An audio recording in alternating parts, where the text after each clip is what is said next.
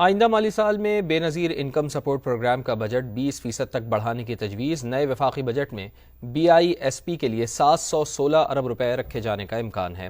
دستاویز کے مطابق جنوری 2026 سے کیش ٹرانسفر کفالت پروگرام کی رقم میں 1000 روپے اضافہ ہوگا۔ سہ ماہی وظیفہ 13,500 سے بڑھا کر 14,500 کیا جائے گا۔ کفالت پروگرام کے تحت مستحقین کی تعداد 1 کروڑ تک لے جانے کا ہدف مقرر کیا جائے گا۔ بجٹ میں صحت اور تعلیم کے لیے 3,156 ارب روپے مختص کرنے کی تجویز ہے۔ BISP کے لیے 716 ارب روپے رکھے جانے کا امکان ہے۔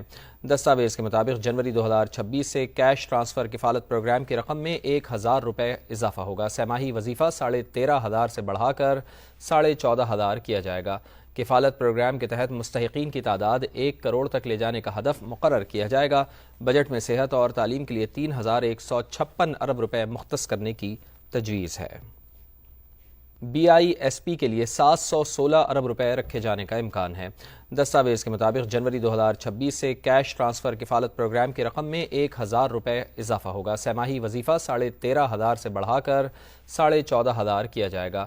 کفالت پروگرام کے تحت مستحقین کی تعداد 1 کروڑ تک لے جانے کا ہدف مقرر کیا جائے گا۔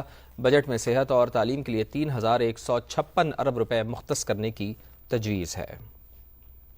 BISP کے لیے 716 ارب روپے رکھے جانے کا امکان ہے۔ دستاویز کے مطابق جنوری 2026 سے کیش ٹرانسفر کفالت پروگرام کی رقم میں 1000 روپے اضافہ ہوگا۔ سہ ماہی وظیفہ 13,500 سے بڑھا کر 14,500 کیا جائے گا۔ کفالت پروگرام کے تحت مستحقین کی تعداد 1 کروڑ تک لے جانے کا ہدف مقرر کیا جائے گا۔ بجٹ میں صحت اور تعلیم کے لیے 3,156 ارب روپے مختص کرنے کی تجویز ہے۔